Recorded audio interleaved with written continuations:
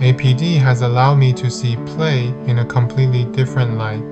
This difference can be summed up in two ways. First, I learned that play is not just about games, it's a mindset, a way of exploring ideas through animation, sound, movement, and interaction. Second, I started to think like a producer who designs platforms for others to play with, not just a creator who completes a finished piece. At the beginning, I honestly wasn't very excited about the class. The first brief sounded abstract, and as a 2D animator, I didn't know how to connect play with my usual way of working. But as I started making, experimenting, and reflecting, I slowly discovered the fun in it, the freedom to combine creativity with critical thinking. Over time, I found that designing play is actually similar to creating animation. Both are about building interactions that communicate emotions, ideas, and experiences.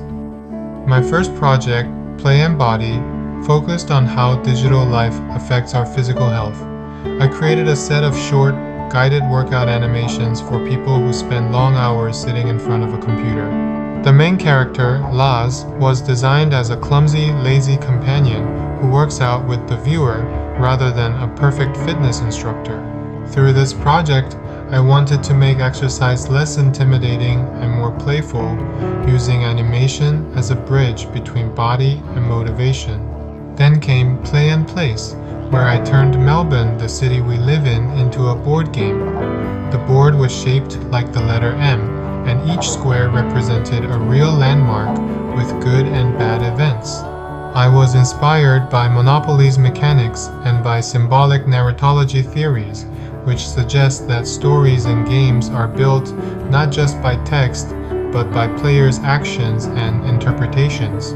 This project helped me realize that games can be powerful tools for storytelling and for rediscovering our surroundings. Next, in Play and Forces, I created a 2D, frame-by-frame animation to visualize how external social forces shape the human spirit. The story follows a small red seed that falls through a series of machines spelling the word social, gradually losing its color and vitality. Through this metaphor, I wanted to show how individuals are homogenized by mainstream society. As Bashara, 2022, wrote, "Animation has the power to make invisible forces visible," and I found that idea deeply inspiring. In Play and Objects, I designed a card-based tabletop game called War of Nations. Players collect resources and recruit citizens to build their own nation while competing with others. What I learned from this project is how physical interaction, rolling dice, drawing cards, touching objects creates its own rhythm of play and storytelling. Finally, for Play and Sound, I composed a short experimental sound piece by mixing everyday noises like glass, plastic bags, chopsticks, and washing machines with electronic music. The result was a remix of Sandstorm that highlights how sound itself can be playful.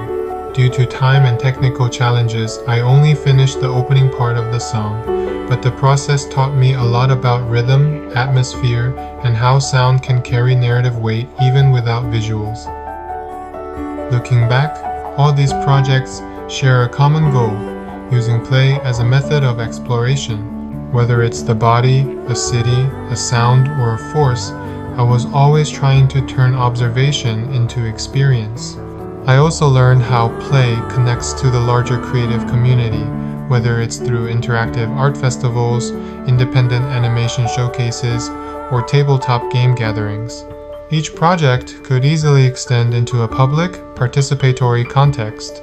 To conclude, APD has taught me that play is not an escape from seriousness, it's a way to think critically and creatively at the same time. Through this course, I learned how to transform ideas into interactive experiences and how small experiments can lead to big insights. It changed the way I see my own practice, not just as an animator, but as a designer of experiences.